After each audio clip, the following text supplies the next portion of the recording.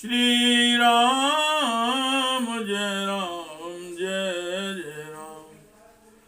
श्री राम जय राम जय जय राम। श्री राम जय राम जय जय राम। श्रीमद् वाल्मीकि रामायण का अरण्य कांड का पंचत्रिंशः सर्गः।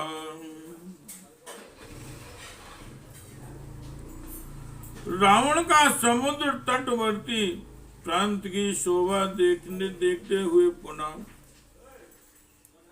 मारीच के पास जाना। तथा शूर्पणखा वाक्यम तंचुत्वा रोमहर्षणम्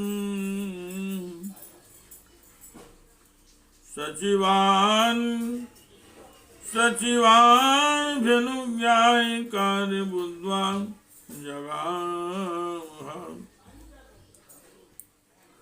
शूर्पणखा की ये रोंगटे खड़ी कर देने वाली बातें सुनकर रावण मंत्रियों से सलाह ले अपने कर्तव्य का लक्ष्य करके वहां से चल दिया।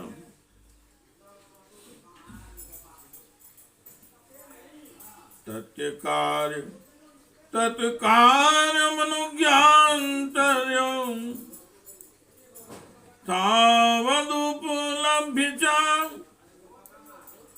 दोषाणां च गुणानां च सम्प्रधार्यवल्लभनम् इति कर्तव्यमित्येव कृत्वा निश्चयमात्मनः ईश्वरबुद्धिस्ततो रम्यायां शालां जगाह। उसने पहले शीतर्ण रूपी कार्य पर मन ही मन विचार किया, फिर उसके दोषों और गुणों का यथावत ज्ञान प्राप्त करके बल का निश्चय किया। अंत में वह स्थिर किया कि इस काम को मरना ही चाहिए। जब इस बात पर उसकी बुद्धि जम गई तो वह रमणी रथशाला में गया। यानशालां ततो गत्वा प्राञ्छन्नं राक्षसाधिपां सूतं संचोदयामास रथां संयुज्यतामिति। गुप्त रूप से रथशाला में जाकर राक्षस राज रावण ने अपने सारथी को यह आज्ञा दी कि मेरा रथ जोत कर तैयार करो। एवं मुक्त्वा क्षणेन सारथिर्लघु विक्रमा रथं संयोजयामास तस्याभिमतम्। सारथी शीघ्रता पूर्वक कार्य करने में कुशल था। रावण की उपरयुक्त आज्ञा पाकर उसने एक ही क्षण में उसके मन के अनुकूल उत्तम रथ जोत कर तैयार कर दिया। कामगम रत्नमास्थाय कांचनम रत्नभूषितम विसाज वदने युक्तम खरे कनकभूषणे। वह रथ इच्छानुसार चलने वाला तथा सुवर्णमय था। उसे रत्नों से विभूषित किया गया था। उसमें सोने के साज बाजों से सजे हुए गधे जुते थे, जिनका मुख पिशाचों के समान था। रावण उस पर आरूढ़ होकर चला। मेघ प्रति मनाने मेघ प्रतिम नादीन सात्वीन धन्दानुजाहं राक्षसाधिपति श्रीमान यो नद नदी पति। वह रथ में गर्जना के समान गंभीर घर घर ध्वनि फैलाता हुआ चलता था। उसके द्वारा वह कुबेर का छोटा भाई श्रीमान राक्षस राज रावण समुद्र के तट पर गया।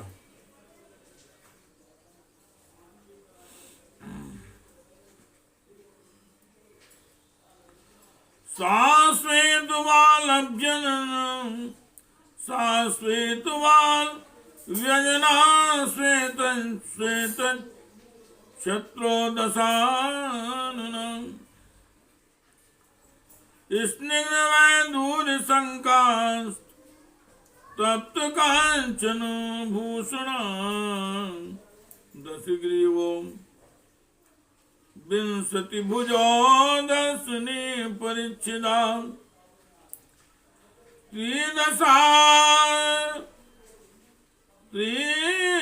त्रिदशार मुनिन्द्रंगो दशी इवान विराट। उस समय उसके लिए सफेद चंवर से हवा की जा रही थी।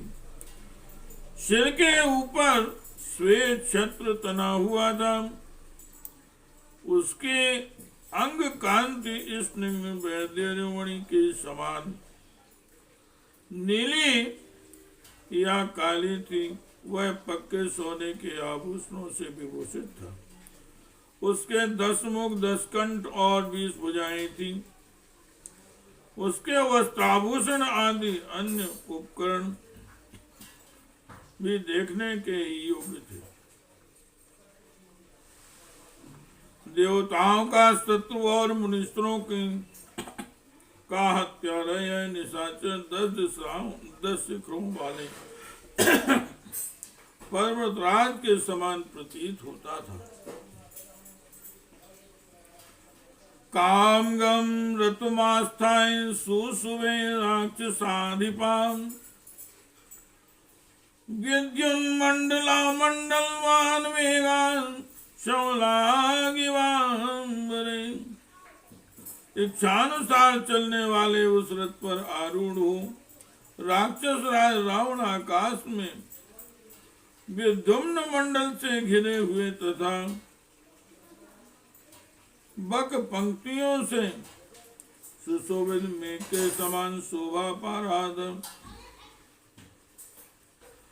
रसैल सागरानुपम वीरवानो लोकयन् नाना पुष्प फलैर वृक्षैरनुकीर्णं सहस्रशां शीत मंगल तोयाभि पद्मिनीभि समन्वितां विशालैरस्त्रम्पदैर् वेन्मन्भिर्लङ्कृतम्। पराक्रमी रावण पर्वत युक्त समुद्र के तट पर पहुंचकर उसकी शोभा देखने लगा। सागर का वह किनारा नाना प्रकार के फल फूलों वाले शास्त्रों वृक्षों से व्याप्त है। चारों ओर मंगलकारी शीतल जल से भरी हुई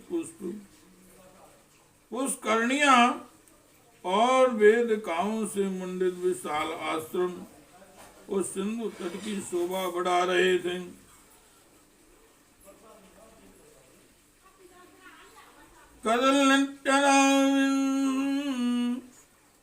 संशोभम नरिकेलोपशोभितम सालेस्तमाले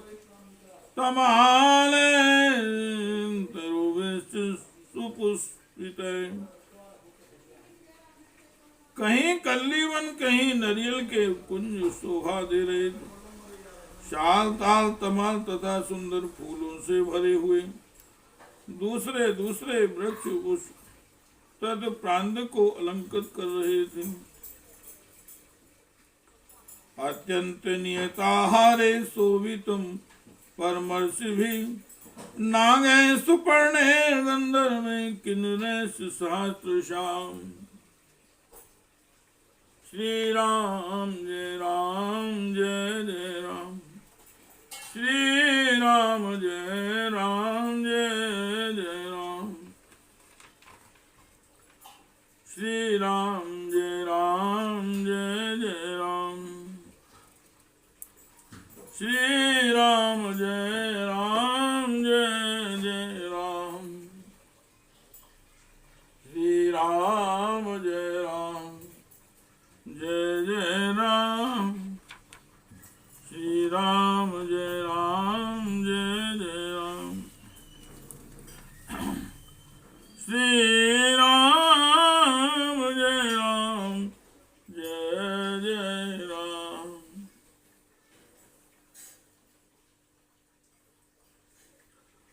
श्री राम जय राम जय जय राम।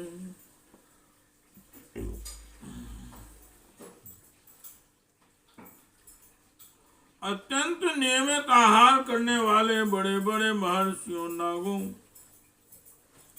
सुपर्णों, गरुड़ों, गंधर्वों तथा सहस्त्रों किन्नरों से भी उस स्थान की बड़ी शोभा हो रही थी।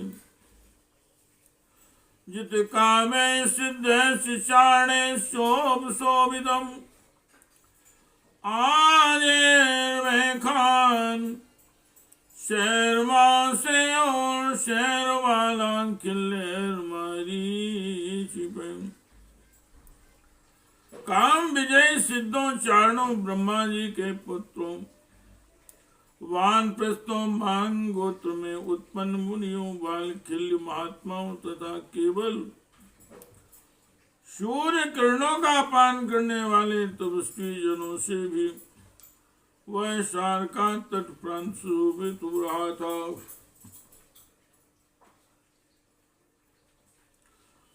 दिव्याभरण माल्याभिर्दिव्य रूपाभिरावृतम्, किरातमिविधिज्ञाभि राम सरोभिः सहस्रशाम्, सेवितं देवी पत्नीभिः श्रीमतीभिरुपासितं, देवदानव संघस्य चरितं तामृता शिभिः।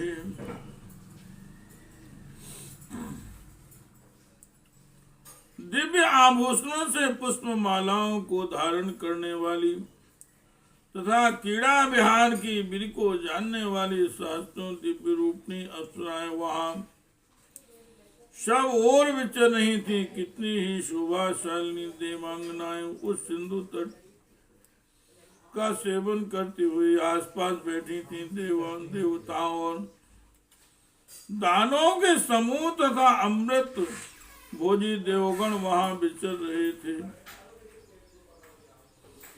हंस हंस कौन सार से संप्रसारितम, वैदूर्य प्रस्तरम स्निग्धम शांद्रम सागर तेजसाम। सिंधु का तट वह तट समुद्र के तेज से उसकी तरंग मालाओं के स्पर्श से स्निग्ध एवं शीतल था। वहां हंस कौन तथा मेढक सब ओर फैलते हुए थे और सारस उसकी शोभा बढ़ा रहे थे तथा तट पर वैदूर्य मणि के सदश्याम रंग के प्रस्तर दिखाई देते थे। श्री राम जय जय राम, श्री राम जय जय राम, श्री राम जय जय राम, श्री राम जय जय राम। पांडुराणी विशालानि दिव्यमालायुतानि च, सूर्यगीताभिजुष्टानि विमानानि समन्तता, तब सांजित लोकानाम काम काम गान्य भी संपतन गंधर्वां ससने से सरस्यं ददर्श धनदानुजाम। आकाश मार्ग से यात्रा करते हुए कुबेर के छोटे भाई रावण ने रास्ते में शव और बहुत से श्वेत वर्ण के विमानों, गंधर्वों तथा अप्सराओं को भी देखा। वे इच्छानुसार चलने वाले विशाल विमान उन पुण्यात्मा पुरुषों के थे जिन्होंने तपस्या से पुण्य लोकों पर विजय पाई थी। उन विमानों को दिव्य पुष्पों से सजाया गया था और उनके भीतर से गीत वाद्य की ध्वनि प्रकट हो रहे थे। निर्या सरस मूलानां बंधनानां सहस्रशां वनानि पश्यन् सौम्यानि ग्राण तृप्तिकराणि चाम्। श्री राम जय राम, श्री राम जय राम, जय जय राम, श्री राम जय राम, जय जय राम। आगे बढ़ने पर उसने जिनकी जड़ों से गौन निकली हुए थे ऐसे चंदनों के शास्त्रों बन देखे जो बड़े ही सुहावने और अपनी सुगंध से नासिका को तृप्त करने वाले थे।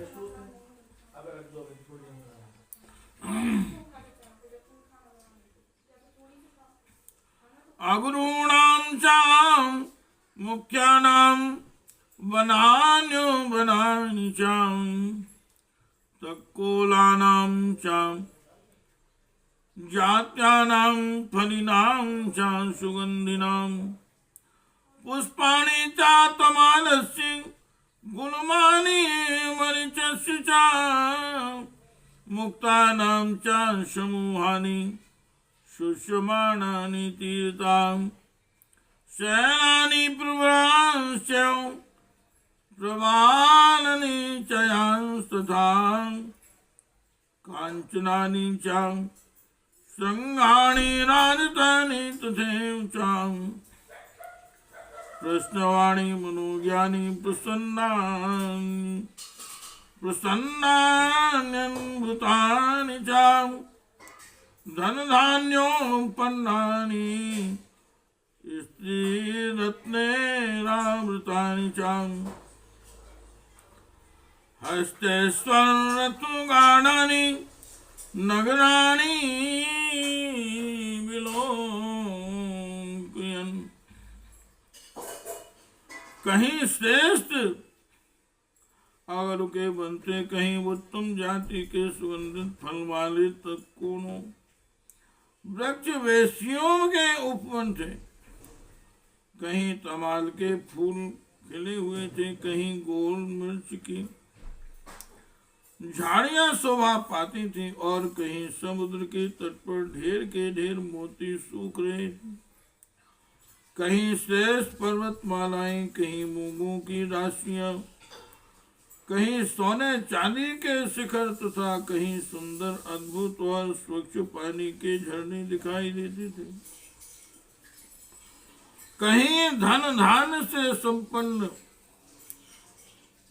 स्त्री रत्नों से भरे हुए तथा हाथी घोड़े और रथों से व्याप्त नगर दृष्टिगोचर होते थे। इन सबको देवता इन सबको देखता हुआ रावण आगे बढ़ा। तम समम सर्वता स्निग्धम मृदु संस्पर्शमारुतम अनूपे सिंधुराजस्य ददर्श देवोपमम्। फिर उसने सिंधुराज के तट पर एक ऐसा स्थान देखा जो स्वर्ग के समान मनोहर, सब ओर से समतल और स्निग्ध था। वहां मंद मंद वायु चलती थी, जिसका स्पर्श बड़ा कोमल जान पड़ता था। तत्रा पश्यत शामेघाभं न्यग्रोतं मुनिभिर्मृतं समन्तात् यस्यतां शाखा योजन सतयोजन मायिका। वहां सागर तट पर एक बरगद का वृक्ष दिखाई दिया, जो अपनी घनी छाया के कारण मेघों के घटा के समान प्रतीत होता था। उसके नीचे चारों ओर मुनि निवास करते थे। उस वृक्ष की प्रसिद्धि सुप्रसिद्ध शाखाएं चारों ओर 100 योजन तक फैली हुई। यस्त हस्तन मादाय महाकायुं चाकच्छपम् वक्षात् गरुड़ा शाखा महाबला। यह वही वृक्ष था जिसकी शाखा पर किसी समय महाबली गरुड़ एक विशालकाय हाथी और कछुए को लेकर उन्हें खाने के लिए आ बैठे थे। श्री राम जय राम जय जय राम, श्री राम जय राम जय जय राम,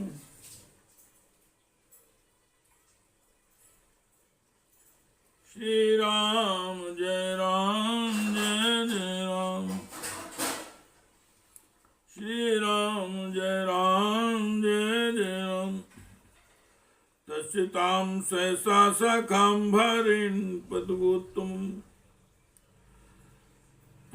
तस्तां सहसा शाखां भरेण पद्मोत्तमम् सुवर्णापर्णबहुलां बभञ्जात महाबलाम्। पक्षियों में श्रेष्ठ महाबली गरुड़ ने बहुसंख्यक पत्तों से भरी हुई उस शाखा को सहसा अपने भार से तोड़ डाला था। तत्र वै खान श्यामाशां वालखिल्या मरीचिपां आजा बभूवूर्ध्वोन्माश्च संगता परमर्षयाम्। उस शाखा के नीचे बहुत से वैखानस मास बाल खिल मरी सूर्य किरणों का पान करने वाले ब्रह्मपुत्र और धूम्रप संज्ञा वाले महर्षि एक साथ रहते थे। तेषां दयातं गरुणस्तां शाखां शतयोजनां भग्नामदाय वेगेन तौ कच्छपौ एक पादेन धर्मात्मा भक्तित्वा तदामिशं निशान विश्वं हत्वा शाखाया गत पतगोत्तमा प्रहर्षं तुलं लेवे मोक्षित्वा महामुनिन्। उन पर दया करके उनके जीवन की रक्षा करने के लिए पक्षियों में से धर्मात्मा गरुड़ ने उस टूटी हुई 100 योजन लंबी शाखा को और उन दोनों हाथी तथा कछुए को विवेक पूर्वक एक ही पंजे से पकड़ लिया तथा आकाश में ही उन दोनों जंतुओं के मांस खाकर फेंकी हुई उस डाली के द्वारा निशान देश का संहार कर डाला। उस समय पूर्वोक्त महामुनियों को मृत्यु के संकट से बचा लेने से गरुड़ को अनुपम हर्ष प्राप्त हुआ।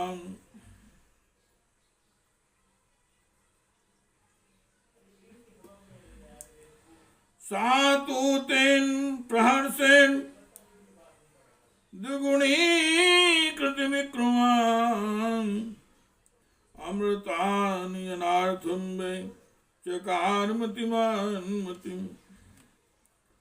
उस महान हर्ष से विद्यमान गरुड़ का पराक्रम दूना हो गया और उन्होंने अमृत ले आने के लिए पक्का निश्चय कर लिया। अयोजालानि निरमत्य वित्वा रत्नग्रहं वरं महेंद्र भवनान गुप्तमाजहारामृतं तताम। तत्पश्चात इंद्रलोक में जाकर उन्होंने इंद्र भवन की उन जालियों को तोड़ डाला जो लोहे की सींचों से बनी हुई थी।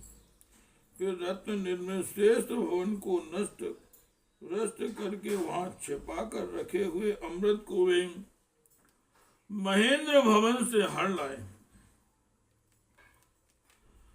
तम महर्षि गणेन जुष्टम सुपर्ण कृत लक्षणम नामना सुभद्रं नैग्रोतम ददर्श धनुदानुजाम। गरुड़ के द्वारा तोड़ी हुई डाली का यह चिन्ह उस बरगद में उस समय भी मौजूद था। उस वृक्ष का नाम था सुभद्र वट। बहुत से महर्षि और वृक्ष की छाया में निवास करते थे। कुबेर के छोटे भाई रावण ने उस वट वृक्ष को देखा। तम तु गत्वा परम पारम समुद्रस्य नदीपते ददर्शाश्रम में कांते पुण्य रम्ये वनांतरे।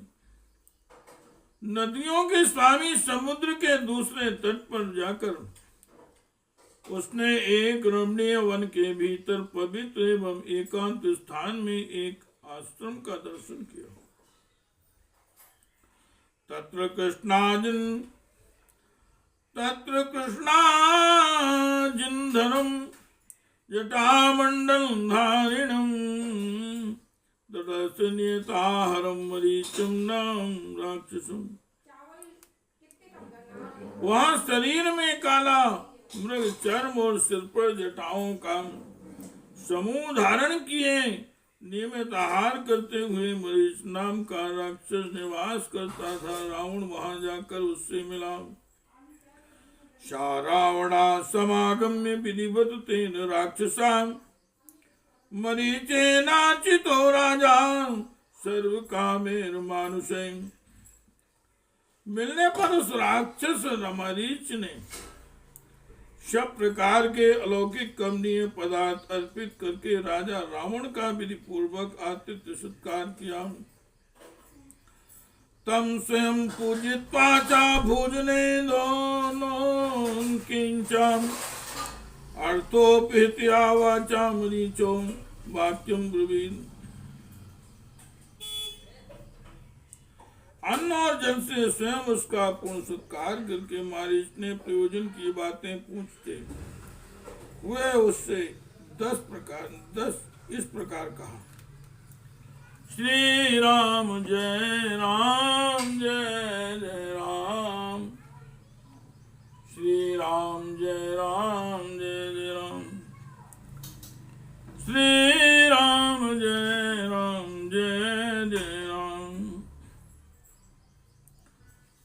कच्चित्ते कुशलम राजम लंकायाम राक्षसेश्वरा केनार्तेन पुनस्त्वं वैपूतूर्णमेव इहागतम्। राजन तुम्हारी लंका में कुशल तो है। राक्षस राज तुम किस काम के लिए पुनः इतनी जल्दी यहाँ आए हो।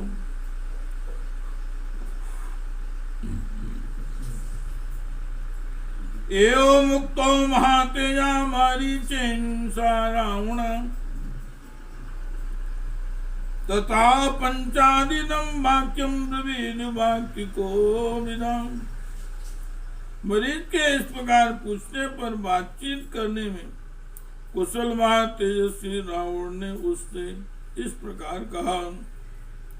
इतिहास श्रीमद् रामायणे वाल्मीकि आदि काव्य कांडे पंचत्रिंशा सर्गा। इस प्रकार से वाल्मीकि निर्मित आस रामायण आदि काव्य के अरण्य कांड में 35वां सर्ग पूरा हुआ। श्री राम जय राम जय जय राम।